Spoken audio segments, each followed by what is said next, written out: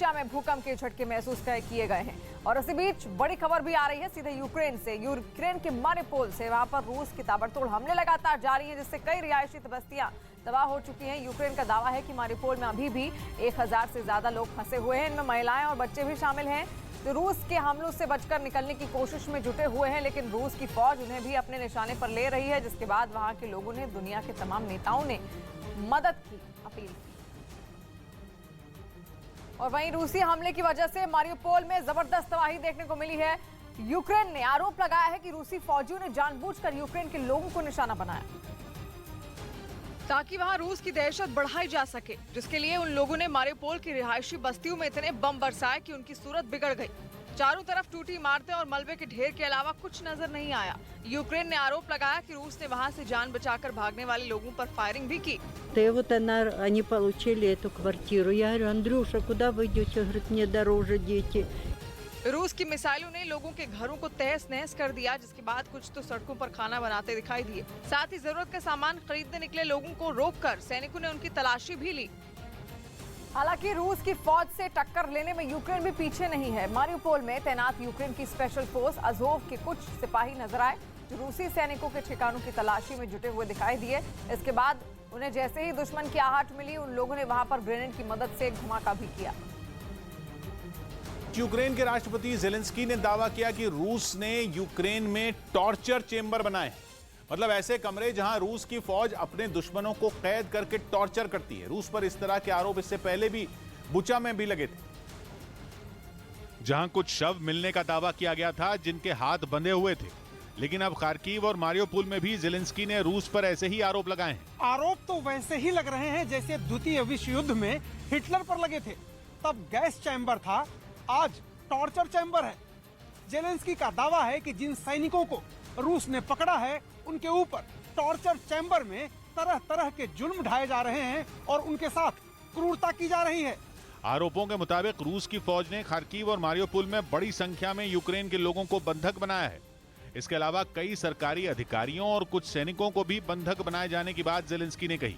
दावा यह है कि रूस के टॉर्चर चेंबर में लोगों पर बेइंतहा जुल्म किए जाते हैं। रूस की फौज उनके साथ जानवरों जैसा सलूक करती है। और सबसे ज्यादा हैरान करने वाली बात यह कि इस बार जेलेंस्की ने अपने दावों के साथ कुछ गवाह और सबूत भी दिए। गवाह ऐसे लोगों को बताया गया जिन्हें इस तरह के टॉर्चर चेंबर में रखा गया था, लेकिन खुशकिस्मती से वो जान बचाकर निकलने में कामयाब हो गए। ये कुछ ऐसे इलाकों में बने टॉर्चर चेंबर में कैद थे जिन्हें अब यूक्रेन की फौज दोबारा अपने कब्जे में ले चुकी है। इसीलिए बाद में यूक्रेन की एजेंसियां भी पीड़ित लोगों की बताई जगहों पर पहुंचने में कामयाब हुई। ऐसी जगहों पर दीवारें खून से रंगी दिखी। एक कमरे में फर्श पर रखे शवों की तस्वीरें भी जारी की गईं। दावा किया गया कि ये ऐसे लोगों के शव थे जो रूस के टॉर्चर के आगे टिक नहीं पाए। एक पीड़ित ने अपने हाथ में लगी चोटें दिखाई और दावा किया कि रूस की फौज ने उसे बुरी तरह पीटा। दावा किया जा रहा है कि ऐसे टॉर्चर चेंबर में सैनिक कम और यूक्रेन के आम नागरिक ज्यादा रखे जाते हैं।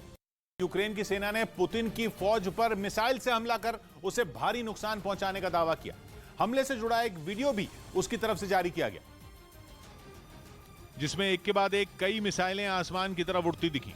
जैसे ही मिसाइलें दागी गईं, उनकी तेज आवाज से पूरा इलाका थर्रा उठा। देखते ही देखते मिसाइल सिस्टम से करीब 15 राउंड फायरिंग हुई, जिसके बाद आसमान को चीरती मिसाइलें अपने टारगेट की ओर बढ़ती नजर आईं। जैसे ही मिसाइल अटैक का शोर खत्म हुआ, चारों तरफ धुएं का गुबार छा गया। दावा किया गया इस हमले में रूस की फौज को काफी नुकसान पहुंचा। हालांकि यूक्रेन ने किस जगह से ये मिसाइलें दागी, इसकी जानकारी उसकी ओर से नहीं दी गई। कीव पर कब्जे की जंग के दौरान रूस के सैनिकों ने कीव की सप्लाई चेन तोड़ने की कोशिश की थी। इस दौरान कीव के पास स्किमी में रूसी फौज ने एक कोल्ड स्टोरेज को भी निशाना बनाया। स्किबीन में मौजूद न्यूज 18 के अरुण कुमार सिंह ने ये खास रिपोर्ट भेजी है। मैं इस वक्त स्किबिन में हूं, जहां कोल्ड स्टोरेज को रूस ने पूरी तरह से तबाह किया। रूस की सेना ने जो 64 किलोमीटर लंबा घेरा डाला था कीव पर कब्जा करने के लिए, तो घेरे के आसपास जितनी फैसिलिटी थी उन सबको बर्बाद और तबाह किया।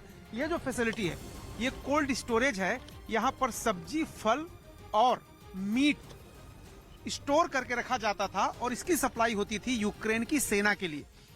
ये लोग कह रहे हैं कि कुछ हिस्सा इस कोल्ड स्टोरेज की फैसिलिटी का इस्तेमाल आम नागरिकों को भी भेजने के लिए किया जाता था, लेकिन ज्यादातर जो यहाँ पर मीट का प्रोडक्ट था या फिर वेजिटेबल थी या फ्रूट्स थे, वो सीधे सेना के बैरक में, सेना के मोर्चों पर सप्लाई किए जा रहे थे। क्योंकि तब तक, जब तक रूस की सेना यहाँ घेरा डालने आई थी, तब तक ये साफ हो चला था कि सेना के लिए लंबे वक्त के लिए खाने पीने का इंतजाम करना पड़ेगा, क्योंकि लड़ाई लंबी चल सकती है। और इसलिए इस कोल्ड स्टोरेज फैसिलिटी में कई हजार टन फल और सब्जियां और साथ ही मीट प्रोडक्ट्स स्टोर करके रखे गए थे, ताकि लंबे चलने वाले युद्ध के लिए अपनी सेना को सप्लाई कर सके यूक्रेन। लेकिन आप देखिए, इतनी लंबी फैक्ट्री है, और ये तो सिर्फ आपको सामने का हिस्सा दिखाई दे रहा है। मैं इसके पीछे भी गया था, उस पीछे के हिस्से में भी सब कुछ जल गया है। अगर आप अंदर की तस्वीरें देखें, अंदर की, तो उसमें कुछ भी आपको बचा हुआ दिखाई नहीं देगा। ये तभी से कोल्ड स्टोरेज फैसिलिटी को बंद कर दिया गया है, जब इसमें आग लगी थी, धुआंधार इस पर बमबारी हुई थी, और यहाँ कुछ नहीं बचा है। रूफ सारी, जितनी छतें हैं, सब टूट के नीचे गिर गई हैं। आग ऐसी लगी थी, इसमें भीषण आग लगी थी कि इसमें अब कुछ बचा नहीं है। और जो कुछ भी रखा था, इसके पहले कि निकाल पाते यूक्रेन के लोग, तब तक सब कुछ तबाह हो गया था। देखिए, एक ट्रक रखा हुआ है, उस ट्रक पर ये मीट लेके जाता था ट्रक। अगर आप देखिए तस्वीरें जो उस पर हैं, चिकन है और बाकी जो मीट यहाँ लोग खाते हैं, उन सबकी तस्वीरें यहाँ पर हैं। तो ये ट्रक अभी भी